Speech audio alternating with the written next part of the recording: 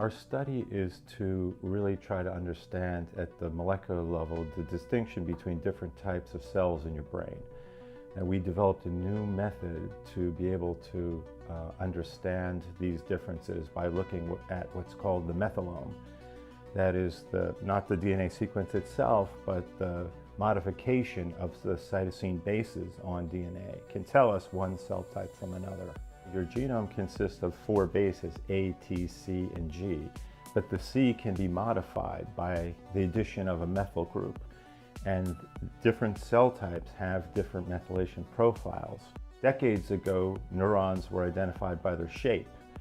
Now we're taking a molecular approach by looking at this modification of the methylation profile between cells. And that tells us what type of cell it is pretty accurately. Our study compared the cortex of the mouse and human in an unbiased way, looking at the different neurons in the different layers of the cortex. And what we found was that we could match the cell types from mouse to human, but we found there are actually more cell types in the human brain, as you might imagine. It's a bit more complex. I am the neurobiologist in this team. My interests are neuropsychiatric disorders. So we know that both for autism or schizophrenia, even bipolar disorder, depression, there is a circuit alteration.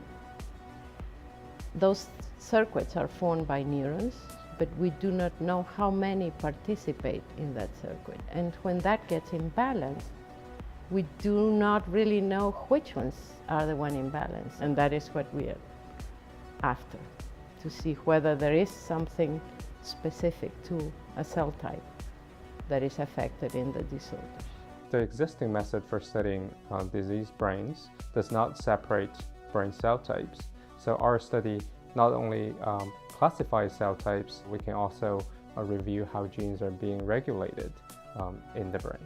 So by using these single-cell technologies, we can really focus onto the relevant cell type that are potentially causal for the disease. Before you can understand how the brain works, we believe that you need to understand the parts list. And so the parts list is composed of the individual cells.